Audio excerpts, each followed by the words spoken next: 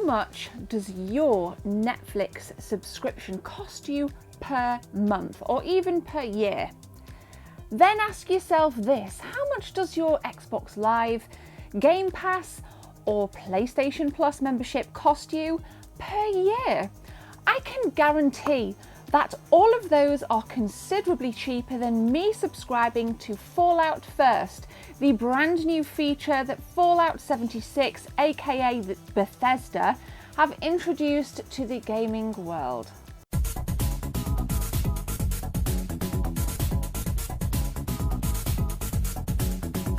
So yes, perhaps I am a little late to be discussing Fallout 76, but it comes a day after they have been ordered, Bethesda have been ordered to refund many Australian Fallout 76 players. You can read about it, we're not here to talk about that, but what it did do is prompt me to think about why on earth Bethesda have fallen so far from grace at such an important time in gaming, especially with the new generation coming up next year for the holiday season. And we already know that Elder Scrolls 6 is in development. People are already starting to question whether or not Elder Scrolls 6 is going to be a disaster, including myself. Now, before we discuss what Fallout First is, what it includes and how much of a scam it is, let's not forget the beauty of Bethesda when they used to be amazing at making games and even publishing games. Morrowind, Elder Scrolls 4, Skyrim, Fallout 3. I mean, there have been some absolute immense video game titles from Bethesda that have kept us all entertained concurrently for years and years and years. Now into 2019, not only was Fallout 76 a disastrous launch last year, but now we have Fallout First, which per month is a $13 subscription or a $99 12-month subscription. Compare that to my PlayStation Plus membership, which cost me £50, which equates to around 60 to 65 US dollars, and I get 2 free games a month. So what do you get with the Fallout First subscription? You get a bunch of cosmetic stuff, like you get a Fallout New Vegas attire. You get additional storage, which has been a massive thing for many players. It's apparently unlimited storage, but even that hasn't been working correctly. Some players have reported logging out of their server, coming back in, and everything completely disappearing. And when I say server, I mean private server, because a private server is one thing that Bethesda have been teasing, but oh no, it's not free. We have to pay. Now, I want to make a few points. First of all, the New Vegas attire. Bethesda didn't even create New Vegas. Obsidian were the developers. Bethesda were the team just kind of like teetering behind it. In fact, throughout New Vegas's entire development, Obsidian, or rather Bethesda, met with Obsidian only twice. And I watched a making of video in which one of the devs said they were literally had 2 meetings with them to just cast their eyes on what had been done so far. So their reach, they're claiming the steak pie of New Vegas is this much. So I wondered why on earth they were using Obsidian's creation in Fallout 76, or rather Fallout First's new subscription bull crap. So that's my first little gripe. My second little gripe are private servers. Whilst I haven't paid for this service and arguably cannot comment on how good or bad it is because I haven't played it, I've researched it heavily. And I think last week I was listening to a podcast by What's Good Games, and what they were saying was people were experiencing as follows. They were paying for Fallout First. They were wanting their own private servers, but they weren't so private because other people from their friends list who they've never met were joining their servers without an invite. Now, maybe there's some settings that can be tweaked, I don't know, but this was an absolute annoyance. Additionally, people are also reporting getting to lootable places that have already been looted. My third thing, and I want to ask this to you good people, I tried to look at how many concurrent Fallout 76 players there are as it stands today, November 2019, and I could not find an answer anywhere. I would imagine Fallout 76, the player base, is pretty darn small. It is nowhere near the top 25 of the games played on Steam, but I suspect it's pretty small. Why on earth would such a small, tiny player base thrive off private servers? Maybe that's a dumb question, but that's what my mind started to ask.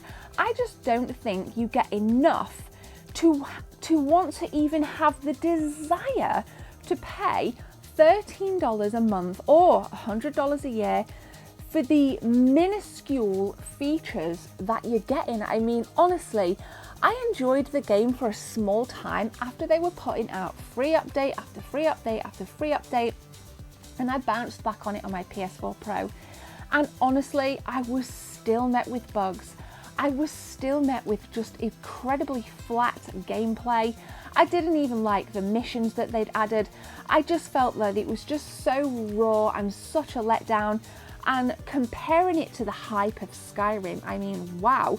Whilst Skyrim isn't an MMO, we can safely say that Fallout 76 was hyped, in my opinion, pretty much up there compared to what Skyrim was hyped with. I mean, they were do you remember when they had that kind of live stream and they were just teasing it for hours, and like the odd dev would pop on with a kind of hat and have a drink of something, then wander off, and we were just like, what is going on? There's definitely a new Fallout game coming. And then we got Fallout 76 last year. Disastrous launch, based on lies. Thank you, Todd Howard. And it's definitely triggered the demise of Bethesda freaking developed games. So I'm now quoting from a source, Games Radar. Thanks for the hard work, guys. Love to read your stuff. And I mentioned with the kind of Australian refunds at the beginning of the video, in a nutshell, people were just complaining about everything we have already complained about. Servers are lagging, screen tear, just general de-optimized gameplay. And there's this loophole with the ACCC in Australia that has ordered ZeniMax to offer refunds to Fallout 76 buyers in Australia who had requested refunds but hadn't received them between November 24th, 2018 and June 1st, 2019. So there has been a lot of hot bother behind the scenes, politically and legally, for Bethesda, and I'm starting to wonder if we should completely can Fallout 76, just completely get rid of it. And you know what kind of like prompts me to say that that's never going to happen is as follows. You know, if you're let's say I buy a $100 subscription to Fallout First, okay? So I'm covered for the next 12 months. I've got all my cosmetic items and I've got access to private servers. Then let's say after 6 months of that, something happens at Bethesda's end and the servers just completely go, the game just dissolves. Would I get a refund for that remaining 6 months? Given how Australians and many other folk have even just struggled to get a refund on the base game, I highly doubt it. I wouldn't trust Bethesda with my money to give them anything up front. I'd rather save it and put it towards my next PlayStation Plus membership that's going to enable me to stay online and get 2 decent to really good games free per month. So what is the future? Where are we going to go with Bethesda?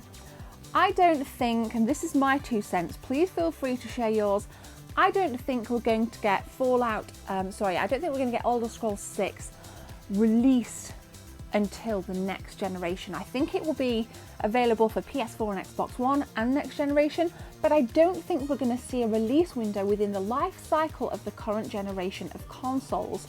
Why? Because I think Bethesda are nowhere near even showing a smithereen of gameplay, let alone another pixel, at any show whatsoever. I think we are way off, and I think given the fact that Fallout 76 has had a disastrous launch, post-launch and a year down the line launch, especially with Fallout First, they need to rethink their game plan. And I would suggest even, I don't even know, I think with Fallout 76, they should completely say, do you know what? We effed up. We're going to refund everybody on the Fallout First scheme, and we're going to give everybody private servers, because that's what's going to keep gamers coming back. When developers respect their community enough to go, here's some free DLC, thank you for the support, here's some free cosmetics, thank you for the support, and here's like even if it's just like a private server for a year, here's what you can get. Sample it for a year. If you like it, then you can choose to pay. If not, then no biggie. But no, it's pay to win, and that is a kick in the shin bone. So I think I've ranted enough, and I want my community, I want my viewers to really let me know what they think about the Fallout First subscription service within Fallout 76. Please leave a comment on this video. I endeavour to read every single comment you leave, and I just want to say thank you very much, as always, for the support. I'll be back on Friday with more content, but for now, my name is Gemma. Take care. See you soon.